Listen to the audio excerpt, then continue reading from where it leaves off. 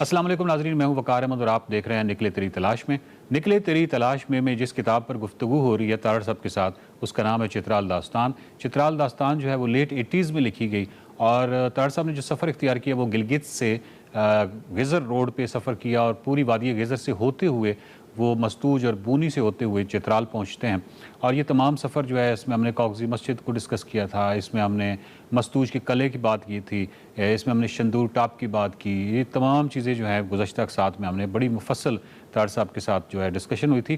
اور اس کے بعد جب طاہر صاحب چترال پہنچتے ہیں تو چترال سے وہ چلے جاتے ہیں گرم چشمہ کی طرف، اور گرم چشمہ سے وہ ایک جھیل جو افغانستان میں تھی، بہت ہی خوبصورت بدخشاں کی جھیل، اس کی طرف ایک کوشش کرتے ہیں، لیکن وہ انہوں نے بڑی تفصیل سے بتایا ہے کہ وہ اس جھیل پہ کیوں نہیں گئے اور پھر واپس آ گئے تھے۔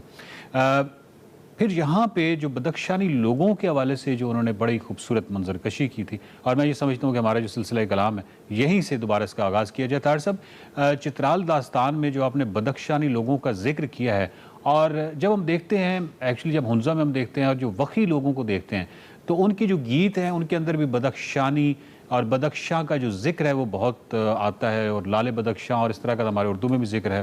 تو بدخشاں جو ہے اس کی ایک ایستھیٹیکلی یا جمالیات کے حوالے سے ہمارے ذہنوں میں ایک خاص تصویر ہے، اور یہ تصویر آپ نے مزید اس کو خوبصورت کر دیا جب آپ نے بدخشاں کے گھروں کی خوبصورتیوں کو بیان کیا، ان کے پہناووں کو آپ نے اس کتاب میں اس کا ذکر کیا ہے، ان کی ایمبرائڈری وہ کمال ہے۔ تو بدخشانی لوگوں کا اگر آپ ذکر کر دیں اور تھوڑا سا بتائیں کہ بدخشاں کی جو گھروں کی جو خوبصورتیاں ہیں بالخصوص، ان کے حوالے سے آپ کیا کہنا چاہیں گے؟ وہ بہت یہ جو ایستھیٹکس ہے نا، جی، ذوق جمال، جی، غریب سے غریب آدمی ہوگا، آپ اس کے گھر میں جائیں، اس نے دیواروں پہ کوئی کپڑا لگا رکھا ہوگا، نیچے قالین بچھایا ہوگا، ایک خاص انداز ہوگا۔ جی، ان کی خواتین جو ہیں وہ آپ کے ہاتھ دھلائیں گی چلمچی کے ساتھ۔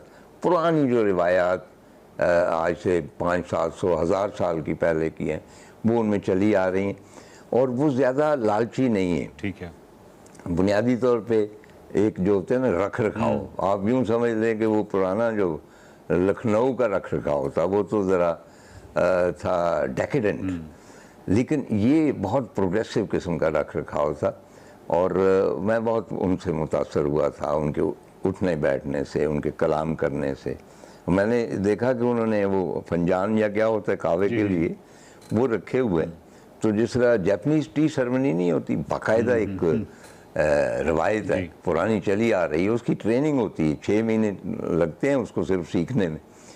تو ایگزیکٹلی اسی طرح یہ کعوہ جس طرح بناتے تھے اور پیالیاں پکڑتے تھے اس کو پیتے تھے، وہ کچھ جیپنیز ٹی سیرمنی سے کوئی کم چیز نہیں۔ واہ واہ۔ طاہر صاحب، ایک جو چیز ہے جو بڑی حیران کرتی ہے کہ جب آپ گزر والی سائڈ پہ جاتے ہیں تو آپ کو کھانوں کے اندر جو ہے نا ایک خاص قسم کی ورائٹی آ جاتی ہے، اور بڑے لذیذ کھانے ہیں، بہت ہی ایک تنوع ہے ان کے کھانوں کے اندر۔ اور پھر جب آپ شندور ٹاپ سے چترال کی طرف اترتے ہیں تو جو دسترخوان ہے اس پہ جو کھانوں کی تعداد ہے وہ اس میں کہیں زیادہ اضافہ ہو جاتا ہے، اور کہیں زیادہ وہ لذیذ ہو جاتی ہیں۔ تو اس کی وجہ کیا ہے؟ کیا اس کی وجہ یہ ہے کہ اس ایریا میں جو چترال کا ایریا ہے، پھر جو غزل والی سائیڈ ہے، اس میں ہم کمپیریٹیولی باقی گلگت بلتستان کو دیکھتے ہیں تو یہاں پہ زمین ہمیں زیادہ نظر آتی ہے، تو اس کی وجہ یہ ہے کہ یہاں پہ زمین زیادہ تھی، یا غربت اب کمپیریٹیولی ہم کہیں کہ غربت جو تھی یہاں پہ کم تھی؟ غربت تو تھی ساری، جی، لیکن وہی میں نے عرض کیا نا کہ یہ جو امپیکٹ تھا، مطلب تھی وہ افغانستان ہے، وہ پٹی ہے واخان، ٹھیک، اور آخر تک جاتی، اور ازبکستان بھی ساتھ ہی وہاں پہ منسلک ہے اس کے ساتھ۔ ازبکستان سے لوگ وہ واخان کو کراس کر کے تو بروگل آتے تھے، وہ چائے کی پتی لینے، گھی لینے، اور وہاں سے کچھ چیزیں وغیرہ لاتے تھے، تو ان کا انٹریکشن زیادہ تھا، یعنی چترال کا نہیں تھا اتنا جتنا یہ غزر وغیرہ کا تھا۔ اور وادی یاسین تھی، ادھر سے وہ گلیشیئر کیا نام ہے اس کا مجھے اب یاد نہیں آ رہا، جس کو ہم کراس کر کے وہ یاسین میں اترے تھے۔ جی، تو اور جیسا کہ میں نے عرض کیا تھا کہ آج سے کوئی 1000 سال پہلے تبتین آرمی وہاں پہ آئی اور انہوں نے کانکر کیا اور گلگت تک گئے۔ گلگت تو اس وقت سچ نہیں ایگزسٹ کرتا تھا۔ تو یہ سارا علاقہ جو تھا نا، اس کے اوپر باہر کے انفلوئنسز، اس لیے ان کی خوراک میں ویرائٹی بھی ہے، اور مطلب ہنزا میں کوئی ویرائٹی نہیں تھی جب ہم گئے ہیں، there was nothing۔ لیکن تب بھی جب ہم گوپیس گئے ہیں یا یاسین گئے ہیں اور ان کے گھروں میں گئے ہیں تو وہاں ورائٹی بہت زیادہ تھی۔ اطہر صاحب آپ نے لکھا ہے کہ آپ نے چترال میں ایک شاعر تھے فدا صاحب، ان سے آپ کی ملاقات ہوئی اور وہاں پہ چترال میں مختلف اور بھی ادیب اور دانشور جو تھے اس محفل میں تھے۔ اطہر صاحب جب ہم چترال کو دیکھتے ہیں تو چترال کے اندر ایک بڑی ترقی پسند سوچ آپ کو نظر آتی ہے۔ ابھی بھی ان کے بہت سے شاعر ایسے ہیں جن سے مل کے آپ کو بڑا اچھا لگتا ہے کہ وہ بڑے پروگریسو ہیں، بڑے ترقی پسند ہیں، بڑے نئے تجربات کرنے والے لوگ ہیں شاعری کے اندر، ادب کے اندر۔ تو یہ جو چترال میں یہ جو ترقی پسند سوچ ہے، اس کے سوتے کہاں سے پھوٹتے ہیں؟ آئی فیل کہ کوئی بھی جو کریٹو ذہن ہے، جو سوچتا ہے ایک بڑی تنہائی میں، وہ ہمیشہ پروگریسو ہوتا ہے۔ ٹھیک ہے۔ وہ کبھی بھی متعصب نہیں ہوتا، تنگ نظر نہیں ہوتا۔ اچھا، ناردرن ایریا کی شاعری میں بھی یہی ہے۔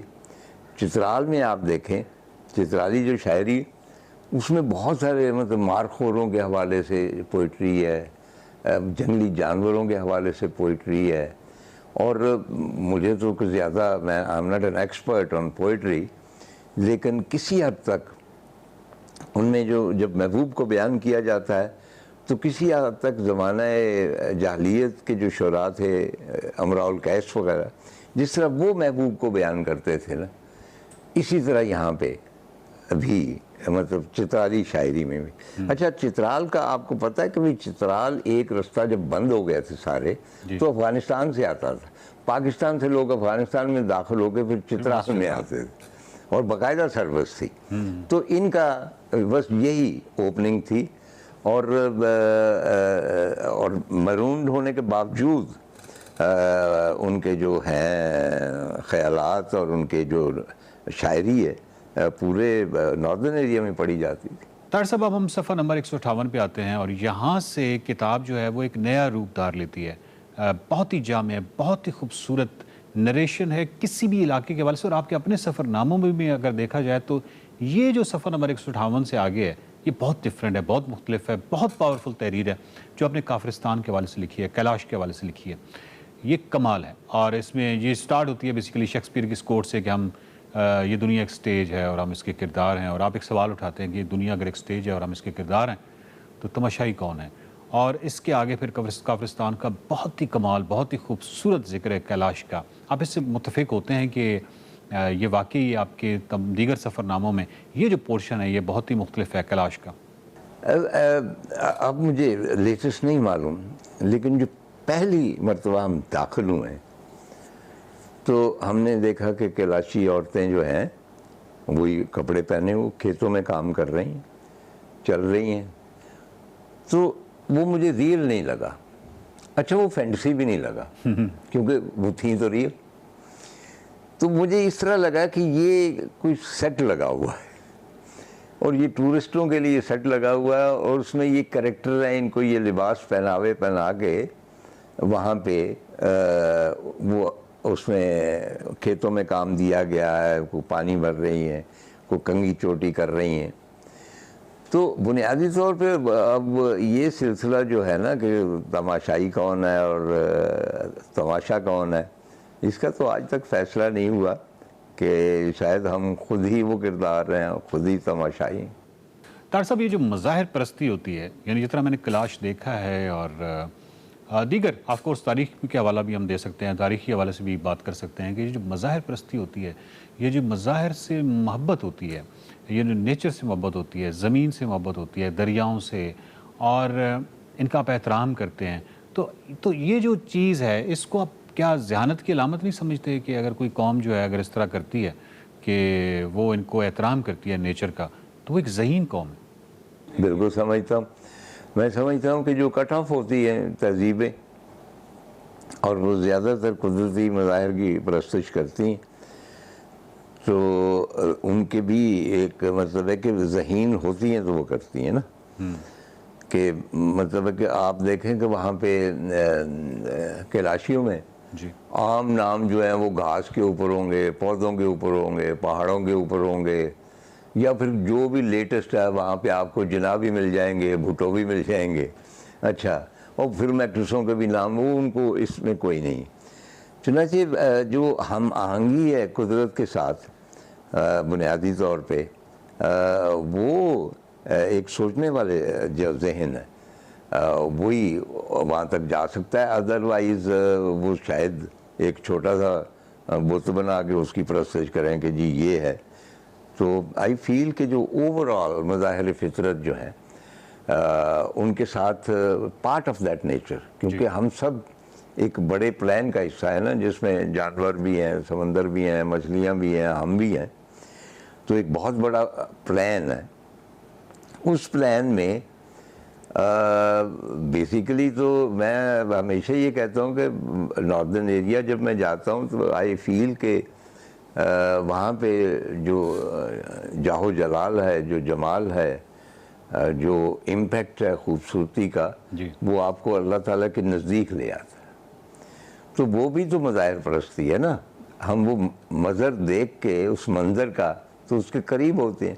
تو اس لیے جو لوگ مظاہر پرستی کرتے ہیں وہ بنیادی طور پہ وہ جو رب ہے اسی کی ثنا کر رہے ہیں، اس کی بنائی ہوئی چیزوں کو مان رہے ہیں نا، ان کی پرستش کر رہے ہیں، تو اسی کی کر رہے ہیں. تو ان اے وے شاید وہ ہم سے زیادہ انٹیلیجنٹ ہے. ناظرین، یہ تھا نکلے تیری تلاش میں آج کا. اور نکلے تیری تلاش میں کیا ہے؟ ہم کس چیز کی تلاش کر رہے ہیں؟ ہم تلاش کر رہے ہیں چترال کو، چترال کے ادب کو، چترال کی ثقافت کو، چترال کی خوبصورتیوں کو، اس کی لینڈسکیپ کی خوبصورتی کو. اور اس میں آف کورس گیزر ویلی بھی شامل ہے، کیونکہ اس سفر نامے میں گیزر سے ہی یہ سفر جو ہے اس کا آغاز کیا گیا تھا. تو یہ جو سلسلہ ہے یہ جاری ہے، اور اگلے ہفتے نکلے تیری تلاش میں طاہر صاحب سے مزید گفتگو کریں گے چترال داستان پر. دیکھتے رہیے نکلے تیری تلاش میں.